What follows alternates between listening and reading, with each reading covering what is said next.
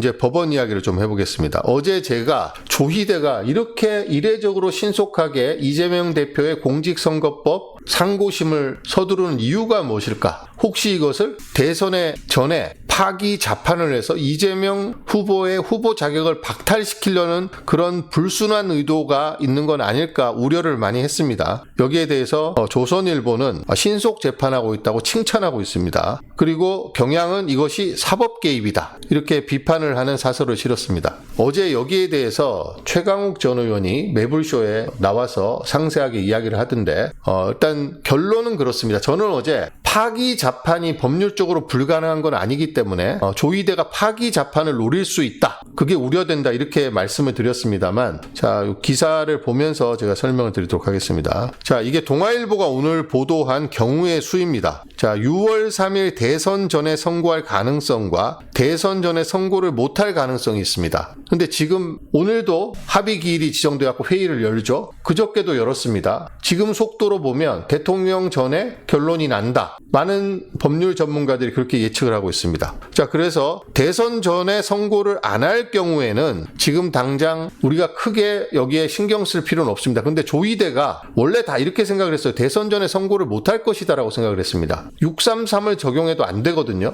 6월 말에나 나와야 됩니다. 그런데 지금 조희대가 엄청 서두르니까 이렇다면 5월 달에 나올 수 있다, 이렇게 보는 거죠. 대선 전에 선고했을 경우에 무죄 확정, 그러니까 상고 기각입니다. 2심 재판부에서 이재명 대표의 공직선거법 위반이 왜 죄가 안 되는지에 대해서 조목조목 아주 상세하게 이유를 설명해서 무죄를 선고했습니다. 검찰이 반성하고 부끄러워해야 될 검찰이 즉시 이례적으로 신속하게 법원의 판단이 잘못됐다고 상고를 했습니다. 대법원에. 그랬더니 대법원이 조희대가 주도해서 신속하게 상고심 재판을 열었습니다. 그래서 대선 전 선고가 내려질 가능성이 생겨버린 거죠. 자, 무죄가 확정되면 2심 재판이 타당하니까 검찰의 상고가 이유 없다 해서 기각해버리는 겁니다. 그럼 무죄가 확정되는 거죠, 공직선거법에 대해서. 자, 파기환송은 유죄 취지 파기환송입니다. 2심 재판부의 법리 적용이 잘못됐다, 그러니까 다시 판단해라 라고 해서 서울고법으로 돌려보내는 건데, 이럴 경우 서울고법에서 다시 재판을 해서 6월 3일 전에 선고를 내린 건 불가능합니다. 하지만 이재명 대표에 대해서, 후보에 대해서 유죄 취지 파기환송을 하면 또 하나의 시비거리가 생기는 거죠. 이재명 후보가 공직선거법 2심에서 무죄 판결을 했기 때문에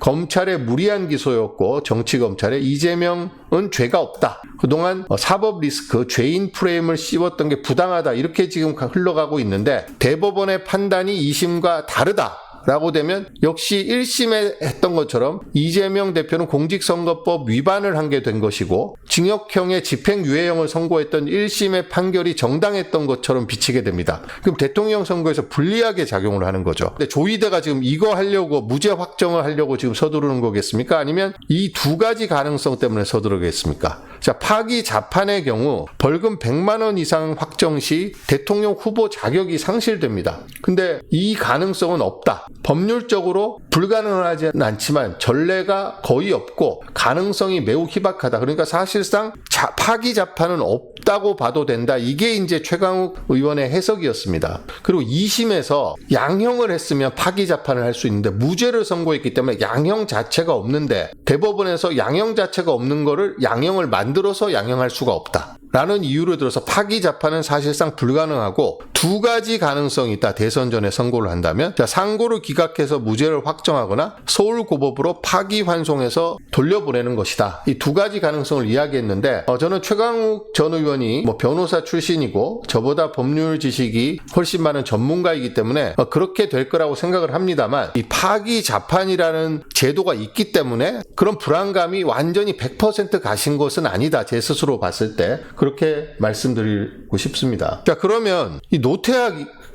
조희대가 왜 이러는지 그걸 좀 봐야 되는데, 오늘 조희대 출근길입니다. 자, 여기 기자들이 와갖고 사진을 찍고 MBC가 이것을 영상으로 보도를 했습니다. 자, 조이대 출근길에 기자들이 가서 이렇게 찍고 보도한 적이 있습니까? 없었죠. 조이대는 윤석열이 내란을 일으키고 전직 대법원장, 현직 대법관, 현직 판사를 체포하라고 그런 불법적인 끔찍한 지시를 내렸는데도 입도 뻥끗 안 했습니다. 조이대는. 그 조이대가 나서서 사법부의 독립을 침해하고 사법부를 무력화시키려고 한 폭거다, 규탄한다라는 입장을 했으면 조이대한테 스포트라이트가 갔을 겁니다. 근데 조이대는 입도 뻥끗 안 했어요. 그러다가 헌법재판소에서 문영배라는 아주 훌륭한 헌법재판소장 권한대행의 리드하에 윤석열을 전원일치로 파면을 시키면서 헌법재판소의 위상이 쫙 올라갔습니다. 원래 대법원은 헌법재판관들은 대법관보다 한참 끝발이 떨어진다. 완전 에이스들은 대법관이 되는 거고 헌법재판관들은 이류가 가는 것이다. 이런 생각을 하고 있다고 합니다. 그러니까 당연히 대법원이 헌법재판소보다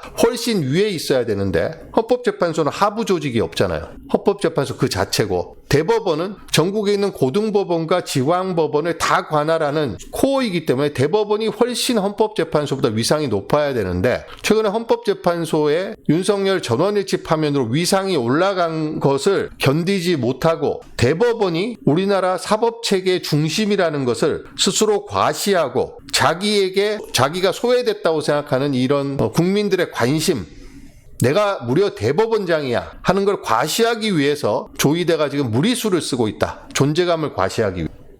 그래서 과시한 결과 이렇게 조이대 이름이 하루 종일 언론에 보도되고 모든 국민이 술자리 밥자리에서 조이대를 이야기하고 있고 아침에 출근길에 언론사들이 몰려와서 조이대의 출근길을 취재를 하고 있습니다. 지금 이 표정 한번 보세요. 조이대의 얼굴. 자, 봤지?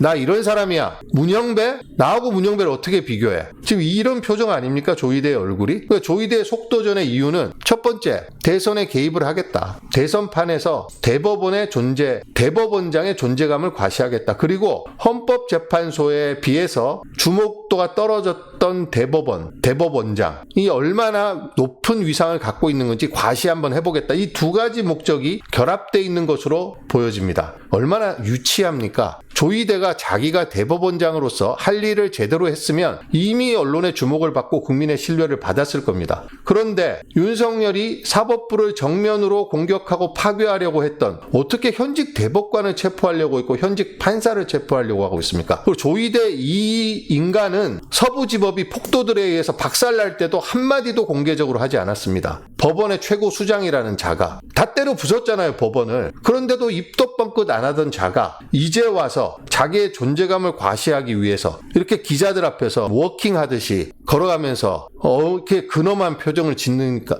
만약에 조이대가 정말 유치한 인간 아닙니까?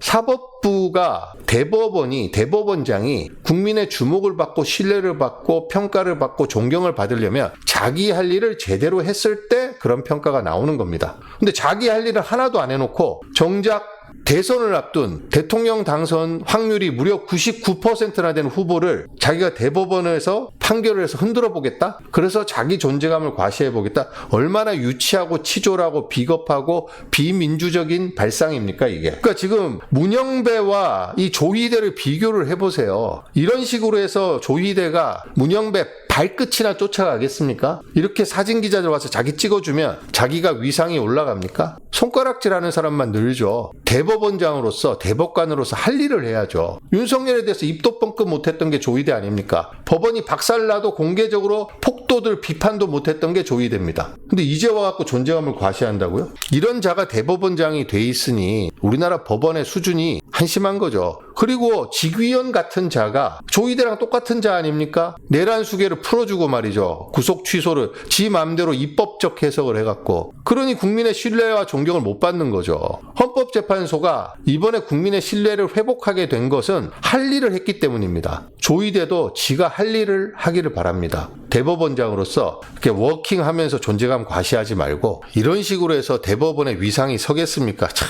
한심한 자입니다. 그 전에 양승태 대법원장 법원장이라는 자는 지금 우리나라가 3심제잖아요. 자, 1심에서 그 다음에 검찰이 항고를 하면 항소심이 열립니다. 또 2심에 둘 다 불복하거나 한쪽이 불복하면 상고를 하죠. 그럼 상고심을 대법원에서 하게 됩니다. 대법관이 14명인데 법원 행정처장 하나 빼고 나면 13명입니다. 그러니까 전원 합의체든 소부든 대법관의 일이 너무 많아요. 그리고 법관이라면 누구나 다 대법관을 하고 싶어 합니다. 꿈이 다 대법관이죠. 그러니까 이 상고심, 상고 법원을 만들면 대법관하고 똑같은 위상의 법원이 하나 더 생기는 겁니다. 그러면 대법관을 꿈꾸는 사람들의 TO가 2배로 늘어나는 거죠. 그러니까 대법관의 위상은 그대로 유지하면서 업무 부담은 줄여들고 또 TO는 2배로 만들겠다. 그게 이제 상고법원을 만들겠다는 양승태의 빅픽처였습니다. 대법원장이라는 자들이 하는 짓이 이따위 짓을 하고 있습니다. 전부 다. 자기네들 위상 생각하고 국민들의 삶이나 사법 서비스의 개선이나 공정한 법 집행 이런 데는 관심이 없어요. 상고법원 만들어서 자리 늘리고 뭐 이런 데만 관심 있는 거죠. 조희대도 지금 하는 게 대한민국 상권 분립이 흔들리고 헌법이 파괴되고 법원이 폭도들로부터 공격받는데 입도 뻥끗 안 하던 자가 이런 식으로 존재감을 과시한다는 게 얼마나 가짜는 일입니까? 지금 많은 언론들이 이 정도 속도라면 대선 전에 결론이 난다. 이자입니다. 조희대라는 자가. 경북 경주시 강동면 출신이고 제 고향 같은 고향 출신인데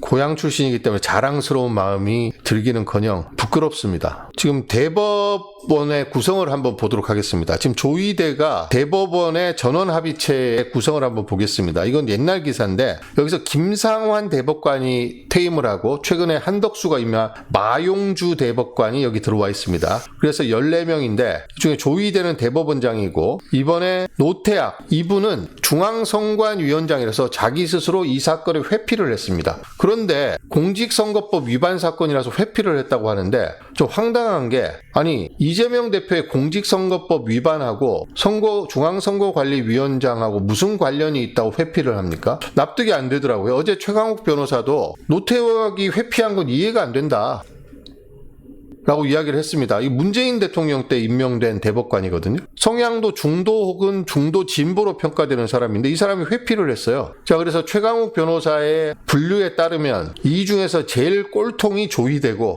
그 다음 꼴통이 버스 기사가 800원으로 커피 빼먹었다고 해고 판결한 오석준이고 그 다음 꼴통이 엄상필이라고 합니다. 근데 여기 보시면 여기에 마용주가 보수로 들어와 있긴 하지만 이 이흥구하고 오경미 대법관이 있고 이 중도 성향의 대법관도 있기 때문에 조희대가 지가 아무리 밀어붙여도 전원 합의체에서 그렇게 조희대가 바라는 결론이 나오기는 불가능하다. 그러니 걱정하지 마시라. 라는 게 최강욱 변호사의 분석이었습니다. 엄상필이 맞습니다. 정경심 유죄 확정한 판사 맞습니다. 중도 아니죠. 엄상필은 일로 가야죠. 일로. 국민의 신뢰와 존경을 받는 방법을 역사에서 전혀 배우지 못한 조희대의 초라한 모습입니다. 자, 정규재 보수죠. 보수로 알려진 정규재 씨가 이런 이야기를 했던데 자, 국민의 관심이 집중된 사안에 대해서는 배심원단의 재판, 배심원단이 참여한 재판이 필요하다. 판사가 신이 아니잖아요. 그런데 이재명 후보의 공직선거법 위반 혐의를 온 국민이 다 알고 있습니다. 어떤 죄로 기소를 했는지. 자, 김문기를 안다 모른다. 골프를 쳤다 안 쳤다. 국토부의 그 입장이 협박으로 느껴졌다 안 느껴졌다. 다 알고 있습니다. 그것도 일부는 국정감사에 나가서 경기도지사 자격으로 한 말입니다. 선거에 출마해서 한 말이 아니고. 그리고 결정적으로 이재명은 낙선자입니다. 그로 인해서 당선된 게 아닙니다. 그런데 이재명 후보를, 낙선한 후보를 공직선거법 위반 혐의로 검찰이 기소를 했습니다. 이건 죄가 되니까 이 사람 처벌해서 선거에 다시는 못 나오도록 하세요. 그래서 1심에서 무지막지하게 징역형의 집행유예형을 선고했습니다. 기소 자체도 말이 안 되는데 그 검찰의 주장을 그대로 다 받아먹어서 1심에서 징역형의 집행유예를 했고 2심에서 무죄가 나왔고 하도 보도가 많이 돼갖고 온 국민이 알고 있습니다. 자, 6월 3일 40일 후에 대통령 선거가 치러지면 모든 국민이 이재명이 공직선거에 나설 자격이 있는지 없는지 대통령이 될 자격이 있는지 없는지 판단하게 됩니다. 4천만 국민 배심원단이 있는데 자, 아까 노태학이 회피했죠. 그 천대엽은 법원 행정처장이기 때문에 빠집니다. 대법관이지만 그럼 12명이 앉아갖고 대통령 당선자를 가능성이 아주 높은 사람을 배제할 수 있는 결정을 하겠다. 아니 40일 뒤면 전 국민 4천만 배심 온다니 이재명이라는 사람이 공직 후보로서 자격이 있는지 대통령으로 자격이 있는지 판단을 하는데 왜 12명이 그 판단을 이렇게 서둘러서 하려고 하느냐라고 정규재 씨가 비판을 했던데 아주 적절한 비판이라고 생각합니다. 대법원은 손 떼야 됩니다. 지금 재판 중지를 해야 됩니다. 아니 자기네들이 신입니까? 온 국민이 지금 여기에 다 지금 충분한 정보를 갖고 또 대통령 선거 토론에서 얼마나 그 이야기를 많이 하겠어요. 판단을 할 텐데 12명이서 이걸 결정을 한다. 국민의 참정권, 국민의 대통령 선택권을 원천적으로 배제하거나 국민의 참정권과 선택권에 중대한 영향을 끼치려는 시도를 대법원 12명이서 하겠다? 그걸 조희대 자기의 주도적인 생각으로 하겠다? 굉장히 잘못된 생각입니다.